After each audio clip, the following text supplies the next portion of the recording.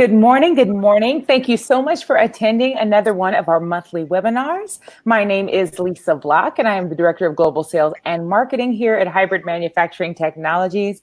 And today we will be discussing what is hybrid manufacturing. Dr. Jason Jones has some wonderful, wonderful nuggets to share with us, and we cannot wait to share this conversation with you. Please, as a reminder, utilize your chat feature. You can absolutely ask us questions. So put them in the chat, and then during the Q&A period, we will pose them to Dr. Jones. Without further ado, Dr. Jones. Good afternoon, those of you joining us from Europe, and good morning for those in the Americas. We're really pleased to have you. Thanks for spending the next little while with us. As Lisa said, we're here to talk about hybrid manufacturing. As a continuation of our dialogue from last month, I just wanted to give a quick recap because some of these principles will continue in this larger story that we continue to tell each month. So we have looked previously at how do I know the parts that I've made are good, both inside and out. Obviously, when you do additive, you're responsible for not only the outside shape, but also what's inside. And we had a quick look at all the different stages really of a part production cycle, and what the opportunities are to check both surface and inside of what's quality and how you have assurance that you've achieved quality. And then last month, we reviewed through the impact hybrid manufacturing is having on the modern factory, specifically reviewing different types of factory layouts, and trying now with this new set of tools that hybrid brings us to demonstrate what opportunities there are for much higher efficiencies while still maintaining the flexibility that digital manufacturing gives us. So it was very fun, and we also specifically looked at the chance to reduce or shorten process chains. As we've all discussed recently with COVID, long supply chains are less secure, and internally we talk about long process chains are also less reliable. And so in that sense, where you can condense these down and get great synergies at multiple scales. Obviously at the part scale, the part has to come out better. Not only that, the people involved and the capital equipment, there should be benefits at every single level of the organization. So look on our media feeds if you'd like to catch up and understand those concepts. And we carry those with us forward now into today's discussion about what is hybrid manufacturing. The first question is, why in the world are you talking with me? And the short story is, I started off as a machinist. I actually, while I was studying at university, I needed to pay for some bills. I got a job as a part-time machinist. As soon as I learned to machine, as soon as I saw machining, the first time I saw it, it was magic to me. The first time I saw an end mill drop down in to a piece of metal and then go sideways, I was like, I have to learn more about this. And I did. And that's how I got the job. And I loved machining. Fast forward a number of years, and I was then involved with a research group doing research on additive manufacturing, 3D printing. And the question came up, how can we merge the two? And so we began to merge additive and subtractive together. And at the time, we weren't aware of anybody else doing it. It turns out that in parallel, in Japan, another group was working on powder bed fusion with CNC merged, and that came out during the course of our work. So we now as a team have pioneered a whole bunch of different steps in the hybrid space. We've made more mistakes than anybody else. We've also worked on more systems and done more things right than anybody else as far as we know. So I'm pleased to be with you and share a little bit of this journey. Here's a quick image, a snapshot of some of what hybrid can be. And on the left, we have milling. On the right, we have directed energy deposition, depositing material. They're interleaved, so you can do one and then the other and switch back and forth. In some cases, you can also do all of one, for example, all of the additive, and then later just go back and machine to finish. Let's go on through a little bit of history. And to start us off, I want to pull from you all what you think of this question. So go ahead, Lisa, and take it away with the poll.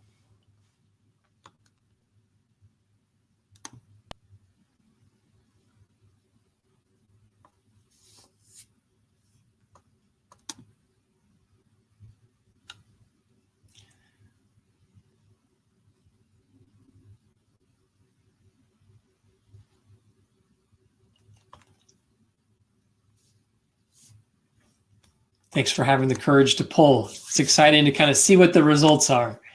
This is my take. Additive manufacturing. Did it initiate the digital manufacturing revolution? Answer, false. Let's look at a quick timeline and see where additive fits in. It's certainly done a lot to fuel the digital manufacturing revolution, but it did not start it. So let's start back. I always love to throw in pyramids anytime I can. I love the pyramids. I think they're so fascinating. Of particular interest to our discussion today, I want you to look really carefully toward the top third or even quarter of the pyramid on screen right now. What you hopefully will notice is that it's smoother at the top. These pyramids were built with granite, primarily in the base, and lots and lots and lots of cut stone. And then in the end, there was a casing layer around the outside that was made from limestone.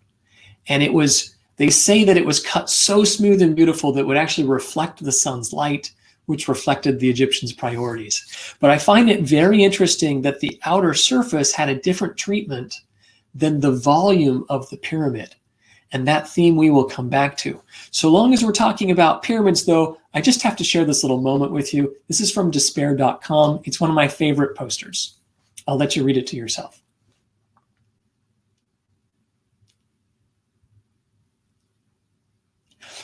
Particularly while many of us are operating in isolation and we don't see our coworkers, sometimes it feels like we're on our own.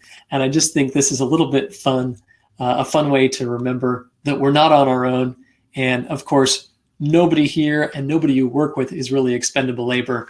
But it certainly speaks to when you want to accomplish great things, you have to harness lots of resource. And in Egyptian times, the Nile was super fertile. It fed lots of people, and therefore there were lots and lots of hands to do this work. And as we look forward, 2,500 years, we then touch base and we go back to Petra. I love Petra. Petra is in Jordan. It also has lasted an awfully long time. And another commonality with the pyramids is that it's built from stone. It's actually carved out of stone. And then we fast forward to our discussion today, which is really digital manufacturing. And when I say digital manufacturing, I need to clarify. What we're talking about is digitally driven manufacturing. We're not trying to produce digital goods. We're trying to produce physical goods. But rather than amass the resource required as it was in Egypt or in Petra to do lots and lots and lots of manual labor, what we're doing is we're commanding digital resources, and that's what drives the output. So you get a physical output, but it's digitally driven. So the input is from a computer. CNC manufacturing, or CNC milling and machining, was the first digital manufacturing technique. And in the very earliest stages, probably in the 50s and 60s, it started to be demonstrated as possible. By the 70s and moving into the 80s, it really was coming together as a thing. And that's what set up the growth and adoption through the 80s and 90s of CNC machining, which has enabled amazing benefits, distributed manufacturing, customized manufacturing. It's the most cost-effective way, or at least it was in its time, the only digital means to go to a final part, and therefore the most cost-effective in many cases for doing low volumes of custom parts. Moving then from the 70s, 80s, and into the late 80s and early 90s, we see the emergence of 3D printing, another digitally driven manufacturing technique. And it complements CNC in that now there's multiple types of digitally driven manufacturing techniques. And it certainly has done a lot to advance usability and other things. So that the principles of 3D printing really break down from a physics standpoint to at least 7 or more different categories. There's 7 standardized groups, which are just shown below, according to ASTM and ISO. Those principles, as they got figured out in the mid to late 80s and then into the early and mid 90s, they then gave, they started with mostly polymers, softer materials, paper, polymers, wax, and over time, then the interest was shifted toward, can we make metal parts? And on our timeline, I've put around 2005, the mid 2000s, as where we saw a transition from people saying it was possible and starting to do some demonstration to really having enough of a coalescence around enough people doing it that it was like, okay, this is really going to be, a way forward and a real technology. And from my perspective, I was already involved in the industry. That's when I started to see this shift, concerted shift. And that drive to metals added lots of capability, but it also added lots of complications. And those complications are really what enabled the birth of hybrid manufacturing. And I mark the birth of hybrid on mainstream CNCs. That's not a special purpose, kind of a niche type machine, but a mainstream CNC machine to 2013, which was the year of two exhibitions, the first of which we launched at in collaboration with Hamel. And if you want a detailed review, play-by-play from Hamel to DMG to Mazak and so on, there is another presentation I've given with a timeline that's quite detailed in that early time period of when the commercial advent of if you will, of hybrid manufacturing took off. I'll send or share the link to this presentation with you later on today if you stay with me. So, focusing now on our 1970s-ish journey forward, CNC machines started this digitally driven revolution. If you're unfamiliar with machining, here's a quick recap. You start with a block of material. Your block has to be larger than the part that you want to make. It is a subtractive process. You will remove from the block or rod or tube or billet, whatever shape it is, you will remove from that chips. And as an industry, the machining world is really, really effective at machining chips. And normally we're using a variety of cutters for really high precision. You may be grinding and you're into abrasives, but removing chips to therefore reveal a portion or keep a portion of what you started with, and then you get a final part. If you haven't watched the chip making process recently, I love this video. And you can see the actual chips as they get formed. They actually shear off of the part.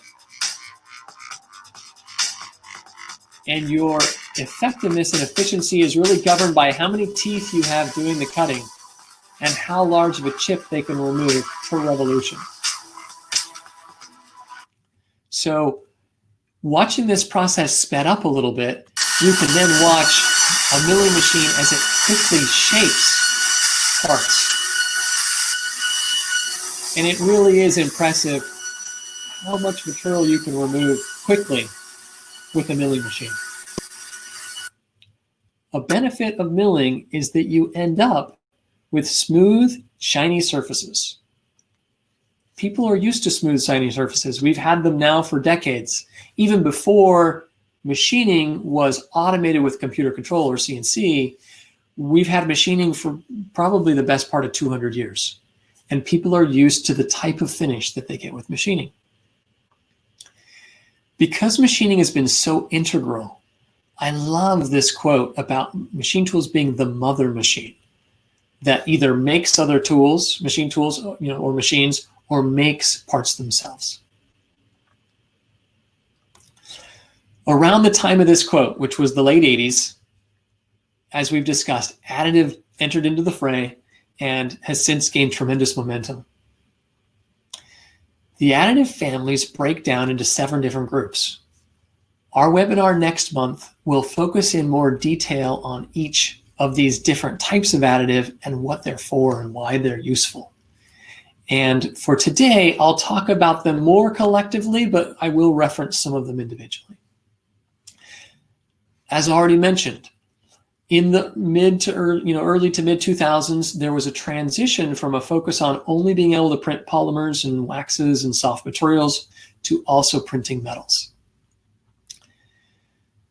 When we then start to see metal parts, this is a statement by someone.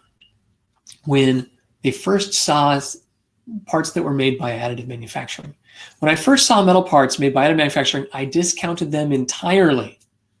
I thought that the process would never be able to catch up to the quality of CNC machine parts. There was already a bias for nice, smooth, shiny surfaces.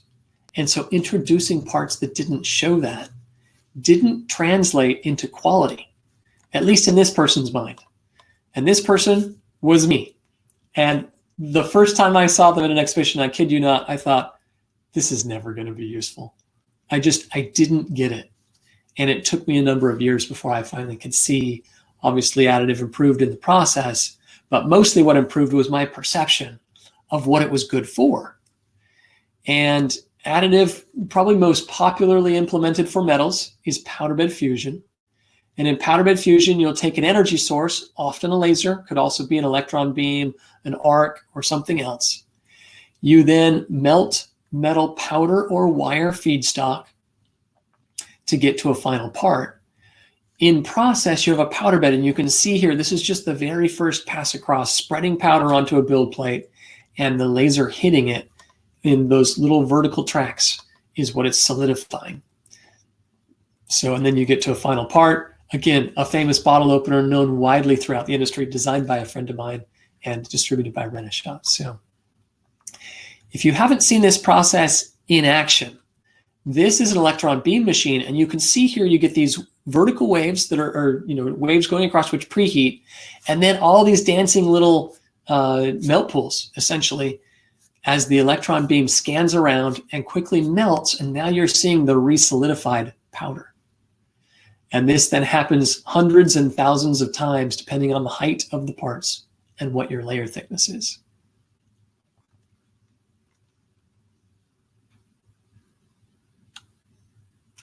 Once this layer is finished, you spread a new layer of powder across, and you begin the process again for another layer. The overlying layer is melted just enough that it actually, makes a metallurgical bond with the layer beneath it. So you end up essentially laminating, but it has a full metallurgical bond and recrystallization between to avoid the weakness at those interlayers.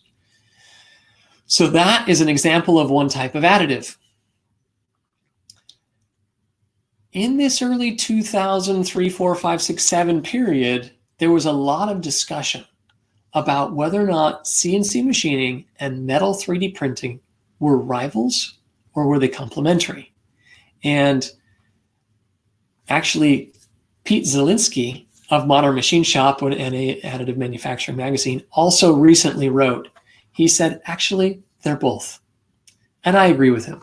There are times where they are rivals, but I feel like the majority of the time they're actually complementary. But let's look through the pros and cons of why that is. As we look at a machine tool and what comes out of it, here's just an example. This is a very small little part, just a little pond that you recognize. Most interesting is the number in the very bottom of my screen. You'll notice 7:1. That 7:1 ratio is the ratio of how much material was purchased versus how much ended up in the final part, the final product. While CNC machining is very accurate, high speed from a volumetric removal rate, it does not make great utilization of the material presented to it often. And so it is quite wasteful. The other thing is that because you're reaching from the outside all of the time, often there's access issues where you can't get deep inside of parts to make changes or create features there. So again, just recapping, machining is very mature, outstanding process, and we look forward to a day when additive will be at the same or a similar maturity. So main drawback, it's wasteful and a little bit of access issues. Moving over and looking at 3D printing. Well, the particular part on the right is one that I have. It's part of my collection. It was made on this machine. And if we look again at that bottom number, that ratio, a very conservative estimate is that even with cleaning and changing powders and all the rest of it, there was only a 20 or 25% excess of powder that did not make it into that final part. So from a material utilization standpoint, you see a huge difference. Notice though, the surface finish on this is, it's like sandpaper, right? It's not smooth, it's not shiny, and it needs some kind of finishing if you need that precision for mating surfaces or other tolerance reasons. So revealing sort of the pros and cons of additive. It is less wasteful. You have lots of geometry freedoms because you have sort of access to the inside, right? You're building a cross-sectional layer at a time, and so you have access to the inside as it goes. You can often change materials and or microstructures on the fly. As long as you control that intentionally, it's a great advantage. If you don't know that and you don't realize and you're tampering with settings, it's a disadvantage, and it can present flaws and other errors, as we've discussed in previous sessions. To add metal, volumetrically speaking, is almost always an order of magnitude, at least 10 times longer to add metal than it is to remove it. We watched a couple of minutes ago about how fast you can cut that metal away. When you're adding it, it just takes more time. So everybody's interested to speed things up. The other thing is the surface finish is affected both by the feedstock and also by the layers and number of layers and size of layers that you have. So there are multiple artifacts that manifest themselves at the outward surfaces, especially of parts that are 3D printed. So weighing these up, are they rivals or are they more complementary? It really depends on what you're doing. If we look at the surface finish issue for a moment, CNC machining has a solid billet, and depending on your tool geometry and how much you step over, you are able to essentially get a very, very, very smooth, shiny surface.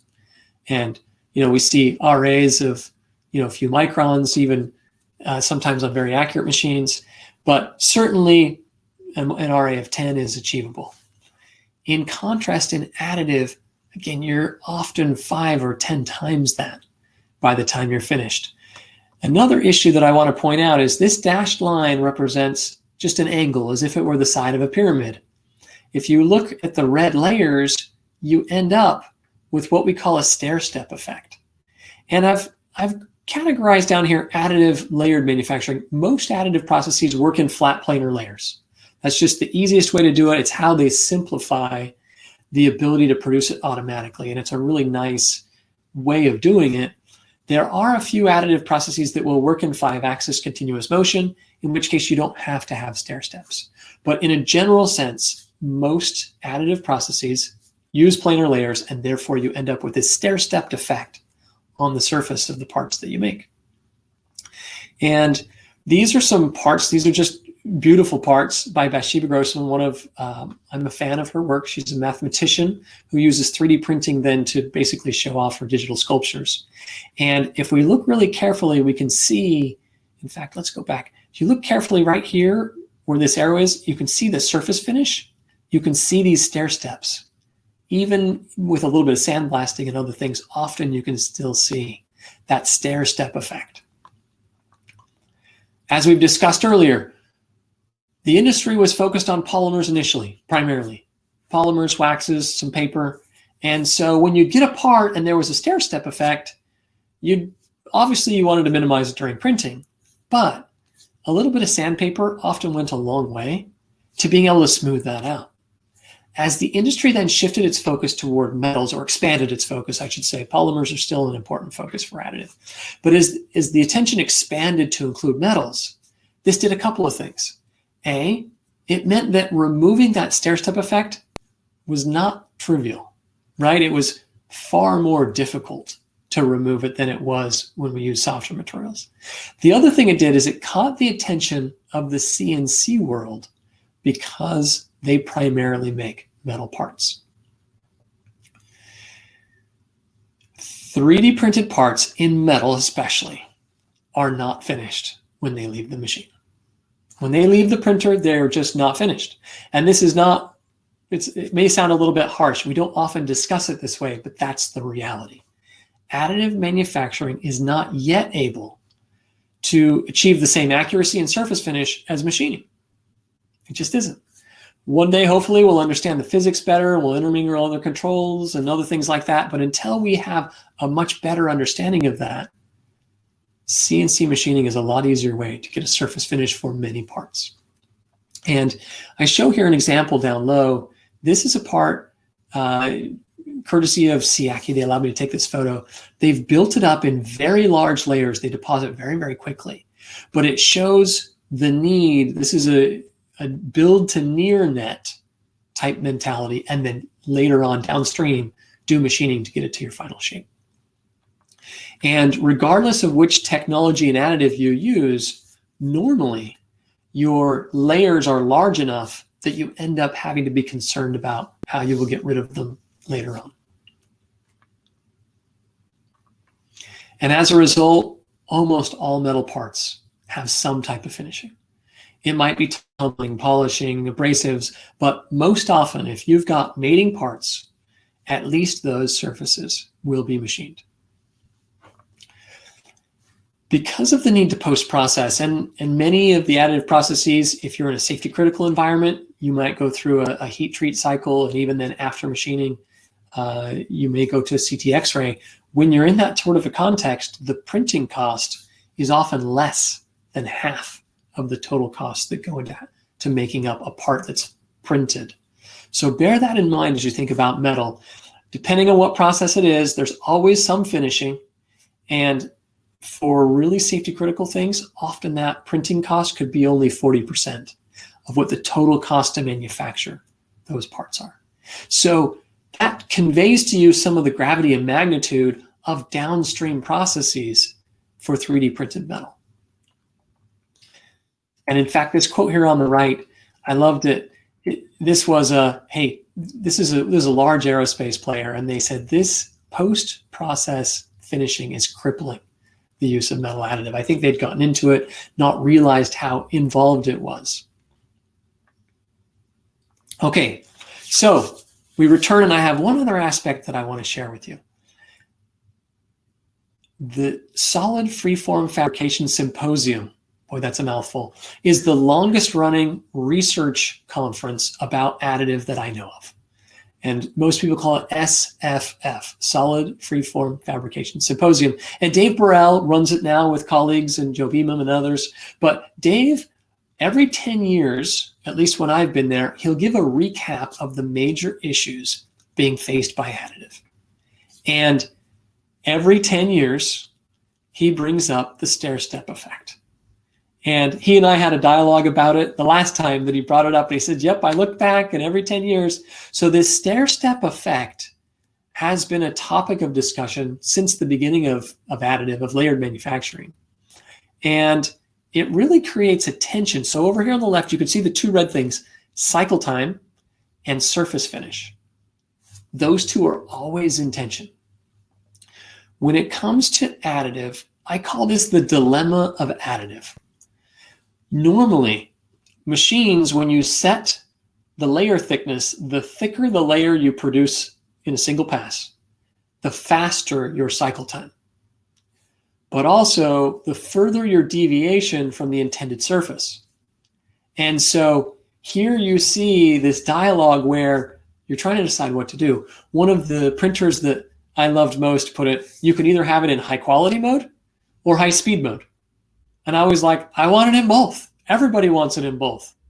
And this is just where we're at. But my experience is that often, because of feature sizes or a desire for better surface finish, that the volumetric deposition rate of a part gets held hostage, and therefore the cycle time increases because of something on the surfaces. And I think this comes for a number of reasons. There are legitimate times where you want that. Perhaps there's an internal surface or something else you will not have access to in the future. And so you need to optimize for that surface. But also, I think it comes from a legacy of 3D printing having its first great success in the prototyping regime. As a prototype and in sort of a design environment, the mentality often was you print it and you use it as it comes out, as printed, as it comes out of the box. And in manufacturing, very often there's downstream processes. But this idea of you use it out of the box, and I might even call it a halo effect around 3D printing, that it's this magical technology, you don't need anything else. There are times where that's true, but more often than not, I would say that it needs downstream processing of some kind.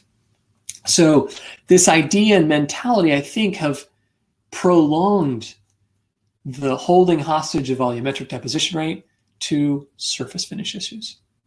And that really sets us up, seeing some of the challenges to say, hey, for metal parts, certainly powder bed fusion, directed energy deposition, metal additive manufacturing does not work without CNC machining. You cannot get the parts finished without it. You cannot prep a build plate very well without it. You can't build the metal additive machines themselves, the printers, without some kind of subtractive to take care of it. So metal additive manufacturing really requires CNC machining. And I hope that message is one that you take away with you as we talk about why you would hybridize these two. So rivals or complements, depends on what you're doing, but for the right applications, we see them as complementary. For correctly selected applications, you get the best of both. You get the freedoms of additive, you minimize waste, and then you can still get surface finish if you pair it correctly using CNC machining. So that's why we're here today to talk about what is hybrid manufacturing. Now, it's no secret that we see these two things as complementary, and let me tell you how we've seen the progression then. So we talk about then, now, who, and how. Then, over the last several decades, specifically since the 50s, 1950s, we've seen that what were separate machines have now merged together into single machines. And the machine tool world calls this multitasking. It's a good term. It's been applied primarily to making chips. And as a result, transitioning on and saying, okay, the trend continues, but as we add in multiple sets of physics, now there's additive, there's additional inspection techniques. What is that? What do we call that? What does it look like? Well, one of the ways it can look is a combined all-in-one hybrid machine. And hybrid indicating, hey, we're merging things that historically haven't been together. We're merging different sets of physics. And the industry started adopting this term. It's funny, actually, in our first patents, we didn't even use the word hybrid. It hadn't quite risen to the surface yet. Hybrid is a term that's been used in academia for decades, but there wasn't coalescence around it. And so some people are like, well, why did you name your company after the industry? I'm like, well, it was the other way around. We named our company, and then the industry has grown around us. And leveraging, again, from the academic use of the term, that's why we're hybrid manufacturing. And who we are, we pioneered the use of directed energy deposition in CNC machines. We also pioneered the use of multiple heads in a single machine and hold core patents for that. With that unique capability, we are the most adopted of the hybrid options, and we power the majority of DED and material extrusion style hybrid manufacturing machines. As I mentioned, the patents, as we were researching and starting this business, we realized we wanted to do more than just one thing. And that's why our core protection really came down to, can you then protect multiple heads, which is core. For us, we feel like that opens an architecture where you can do more than one thing, which we think is key. What does a hybrid all-in-one machine look like? Well, typically you'll take a base machine. Could be a vertical machine, it could be a gantry, a parallel kinematics machine, a robot, and then add to it what it needs to do both additive, and normally it already has what you need for subtractive. So here's an example. These are material extrusion heads for composites, chopped fiber composite. You can see on the left, this is what they look like in a spindle. On the right, they fit in a robot. Here's a quick video of what it looks like in action.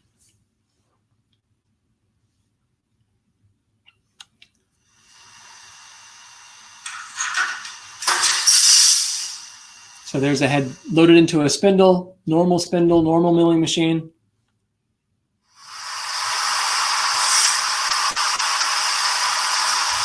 And here you see deposition inside of that milling machine. Also giving you a convenient place to then post machine as needed. The deposition walls you're seeing there are more than 1/4 inch or 6 millimeters. So it's a substantial amount of polymer that's being deposited there.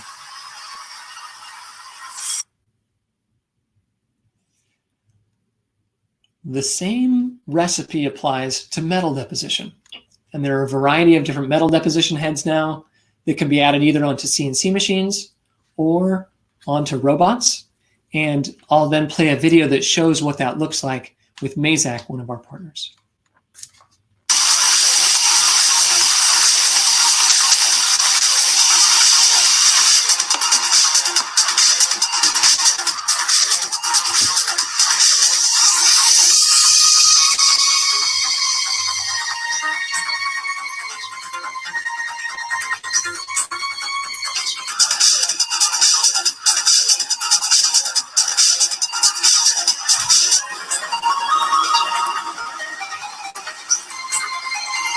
So here we see the post-deposition machining to clean things up.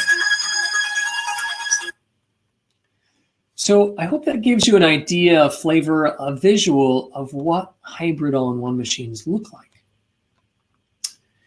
Hybrid all-in-one machines lend themselves to a wide variety of applications, particularly as you look at the modularized different types of heads that fit into them.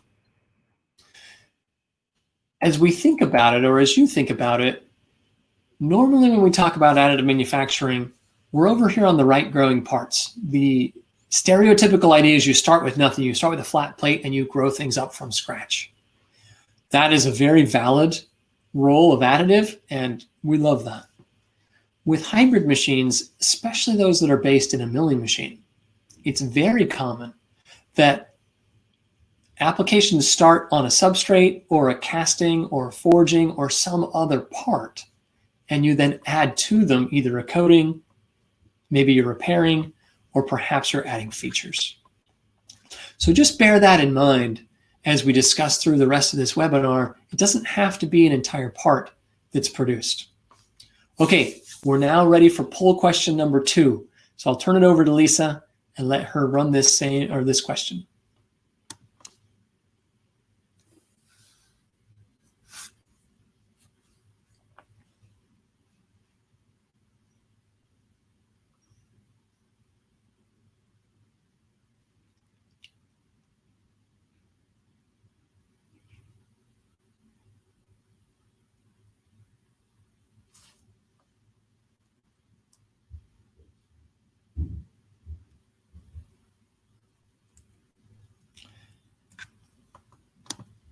And it looks like the most popular choice is A, which is absolutely correct. From our perspective, it's not just one process. The evidence I have that A is correct is this chart. And we welcome any additions or corrections. These are the players that do industrial hybrid machines. And as you can see, the far right-hand column, which is directed energy deposition, is a double wide column because there are more than 20 hybrid manufacturing, hybrid machine manufacturers. You'll also see that most of the 7 families of the different types of 3D printing have some variation of hybrid. And so I'd like to take the time to walk through, and I'm going to start on the right and walk through to the left. Each of these, the only process that I don't know of being hybrid is vat photopolymerization. So let's jump in and look at a couple examples. You've already seen one example of directed energy deposition with milling. I wanted to show you this example briefly as well because it starts with milling. Often in a hybrid machine, you may want to remove worn material or correct a surface or get it to tolerance.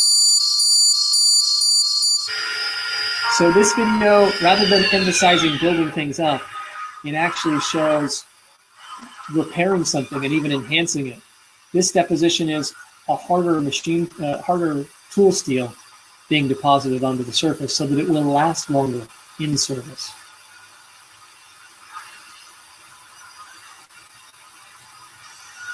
And then once this is deposited, you switch back over and go back to milling. So again, you've had a double exposure now to directed energy deposition. We now go to material extrusion. Material extrusion, most often with composites of some kind, result in fairly large parts. And the ability to machine them either afterwards in a separate machine or in situ is invaluable. This is a view of in situ machining. This part has been built up. It's about 250 millimeters high, roughly, or maybe even a little more, close to 300. And it is now being machined in the same exact setup that was used to print it. Why that's interesting and useful is because this hole, both the OD and the ID need to be aligned to the feature as printed. So rather than trying, there's no good, really smooth surface to touch off on. If you were then to transition this to somewhere else, you can do a best fit. Yes, people do it all the time. But if you're in a milling machine already, why not switch over to a cutting tool and be able then to give a precise location right there, have it lined up all the way through and complete it in a single setup. So for this particular part, it's a huge advantage to do this very short milling cycle at the end. It doesn't need a lot of the area machined, but a portion of it drives the value, right? That's what gives you the value. So moving on from material extrusion, we're going to go to sheet lamination. Sheet lamination has been used with both soft materials and with harder materials, particularly metals. The most active player right now in metal sheet lamination is Fabrisonic, and they use sound waves to essentially solid state weld together different sheets of foil. And so they can come up with a very interesting process. Because they're putting down foil, they're depositing a large area. So it may even be the most coarse deposition of any of the additive techniques, more so than if you were using powder or wire, for example. And when you do that, this diagram illustrates very well some of the savings that come by being able to deposit different materials so that you get, hopefully with embedded sensors, as they show here, and reducing the amount of scrap that you have. You can access those layers as you deposit, and it's a great process. And was born a hybrid process, as far as I know. I don't know anybody that has ever really done very much ultrasonic consolidation or lamination, ultrasonic lamination, without doing milling as well, downstream milling. So there's Fabrisonic and sheet lamination. Let's go on to binder jetting. Those of you who know binder jetting well might stop and say, wait a minute, for binder jetting of metal parts, don't you have to put them in a furnace? And the answer is yes, you do. And in this case, 3DO they will actually print a green part before they put it in the furnace. They will then machine it. And here's a quick video showing you how they do it.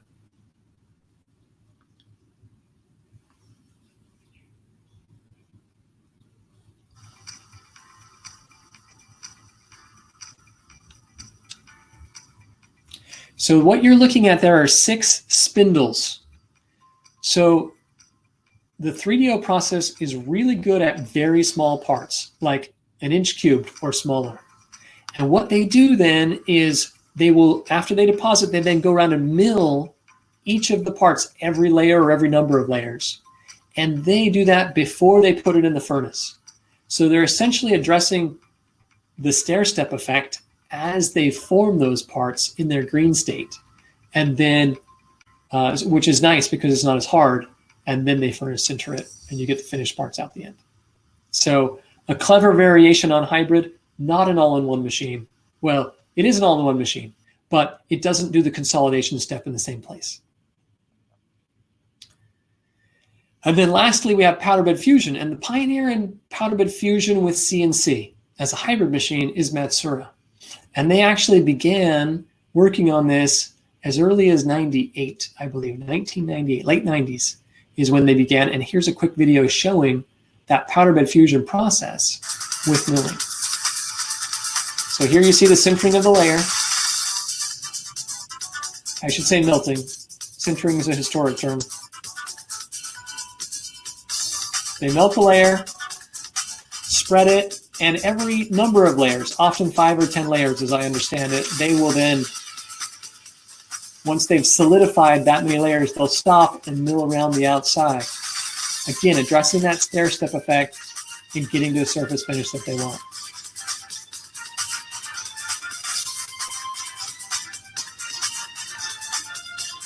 And what that results in is parts that come out of the machine with a finished surface on them. which is really exciting. And they've done wonderful things in the injection mold world, particularly with conformal cooling, where they can really shorten cycle times for injection mold tools. So that is a little overview of what is going on now, industry-wide, as promised. As you incorporate and integrate more and more capabilities into a single machine, you have the opportunity to shorten these process chains, which is exciting, which delivers flexibility and efficiency, again, as continued from our discussion last time. We have one last little section I'd like to touch on, and that's the future. And to begin the future discussion, here's your last poll question.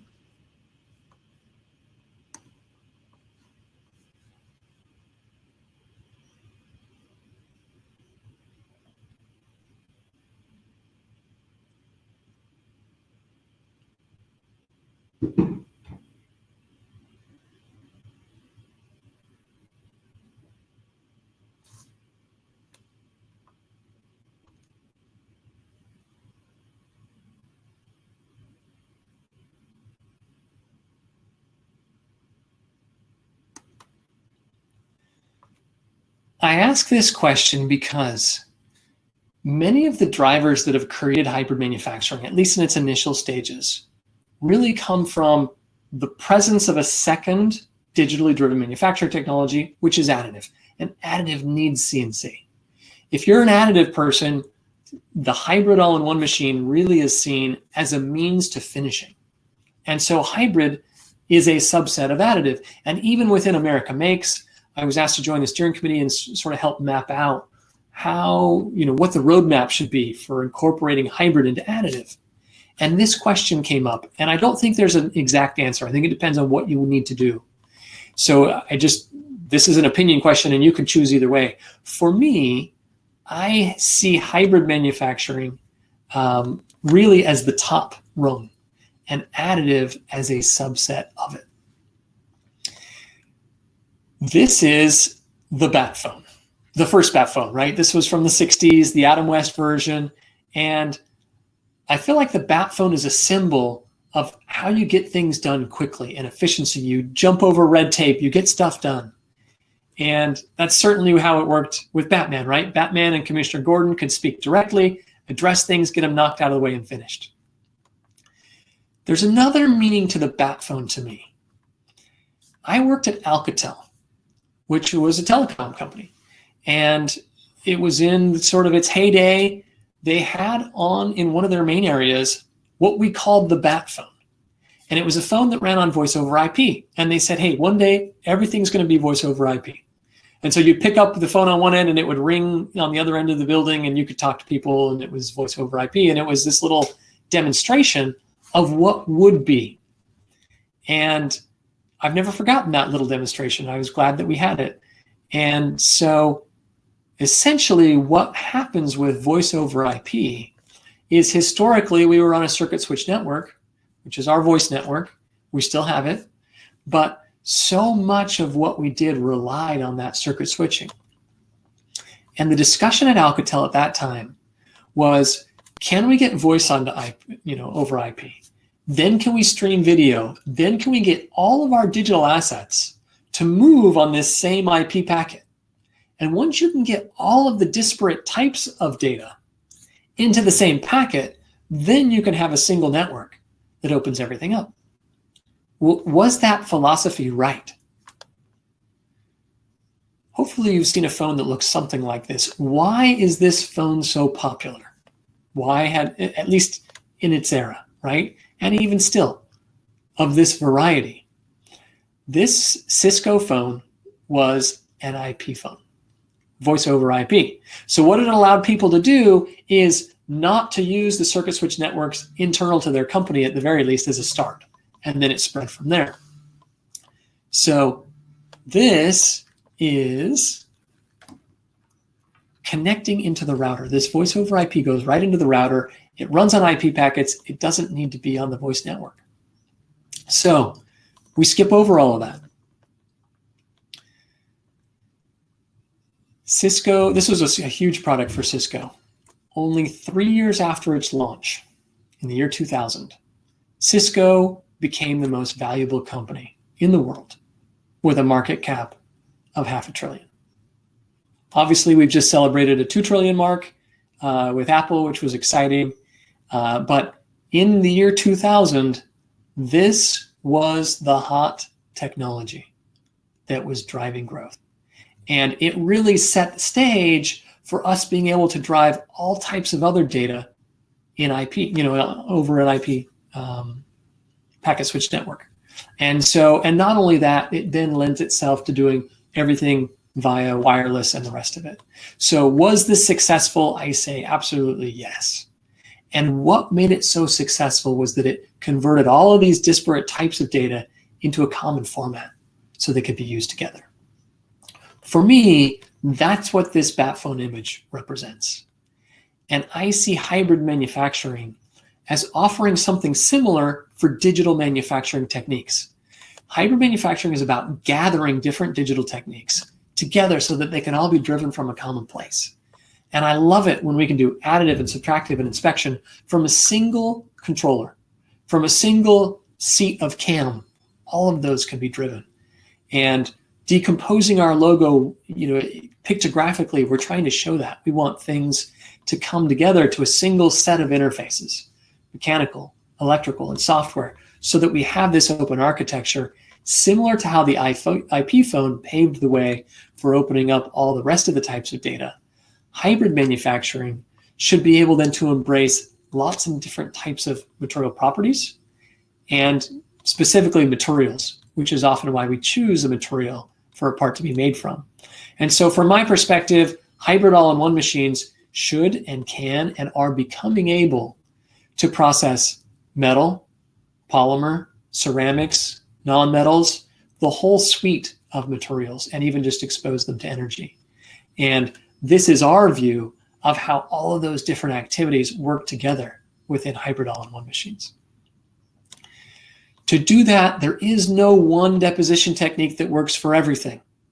You have to have multiple heads, which is core to our strategy and core to our IP.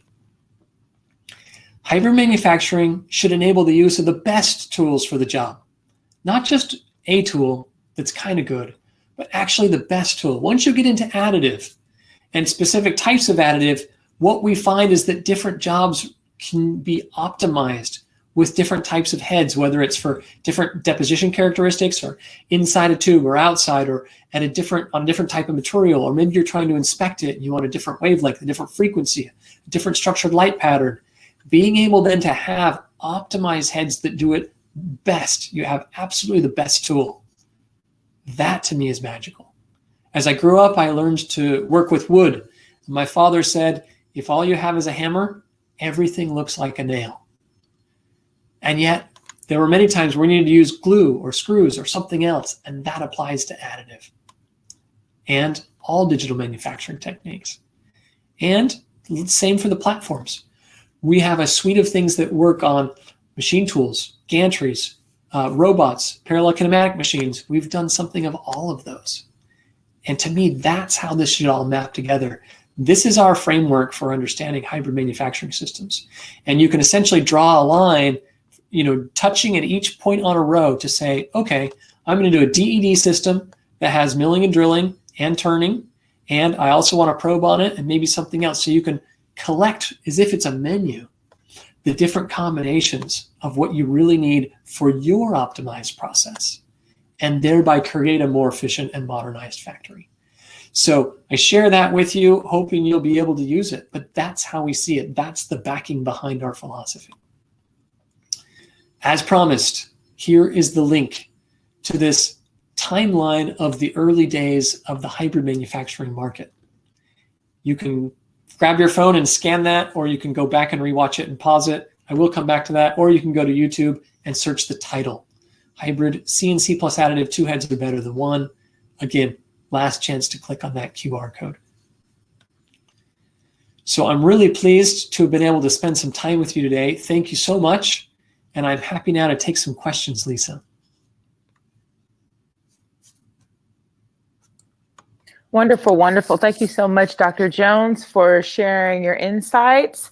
We do have a couple of questions. The first one being, what value propositions fit an all-in-one hybrid machine best? So the easy answer to that is where you're adding a small amount of metal to an existing part, it fits great. Where you're building up a large part and you have just a little bit of machining, it also fits very well. And so as you look at sort of your cycle times for different processes, then when you have a lot of something and a little of something else, it's a really good match from my perspective. Awesome. Thank you so much. And then, can hybrid be used if you want to build onto an existing part? Absolutely. Directed energy deposition is the easiest way to build onto other metal parts. Castings, forgings, it doesn't have to be a flat planar surface. It can be something else. Often people will mill into it to start that. When you move to other types of additive, it gets progressively harder. So if you have a more specific question on that, I'm happy to address it after the webinar today. It can be possible, but directed energy deposition is the most flexible by far. And then what value propositions work best in multi-machine cells with separate AM and CNC machines? Typically, if you have to do a post-print heat treatment, then you have to remove that part anyway and take it somewhere else and bring it back. And so normally you're better off with separate machines. If you can eliminate the heat treat step, then you can consolidate it. Okay, and then we have another. It says, how do you start adopting a hybrid process? From our perspective, if you're already using CNC machining, which is a really good place to start, you already have an understanding of CAD, you know how to, the workflow to get to CAM, and then having an additive head built into a CNC machine for metal or for polymer, that to us is the easiest adoption ramp for additive manufacturing. Okay, and then how do you look at a business case to decide if it would be beneficial to adopt a hybrid manufacturing process? We need to know three things, really. We need to know what the application is, what set of materials it is, and its size. And then based on those things, we can work out how long it would take to do which steps and if it makes sense or not. Okay, I'm going to open up the floor a little longer for questions. If there are any, you are welcome to share them at this time. I will leave it open for about 2 more minutes.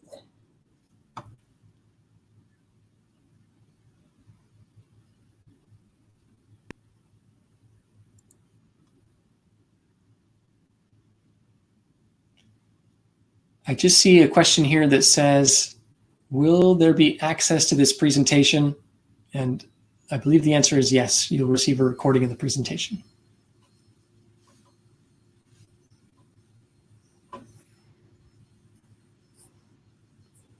Okay, Dr. Jones, thank you so much. All of you, thank you so much for attending today. We truly appreciate you coming and spending this time with us. If there are no more questions, I will remind you that we do these webinars once a month as an attempt to do some kind of continuing education in the area of additive. And we are really, really excited about these monthly webinars. They are always on the last Thursday of every month at 9 a.m. and 12 p.m. CDT. And so our next one is going to be entitled An Executive's Guide to Additive Manufacturing, which dives a little deeper into the subject matter. We would love it if you would attend. Please feel free to email us any questions that you did not have. Maybe some will arise afterward. If they do, feel free to email us at marketing@hybridmanutech.com.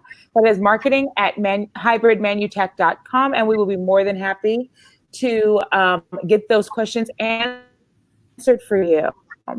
Dr. Jones, did you have anything else? Thank you so much for spending your time with us today, and we hope to see you next month. Have a wonderful evening or afternoon or wherever you are in the world. Have a wonderful day, everyone. Thanks.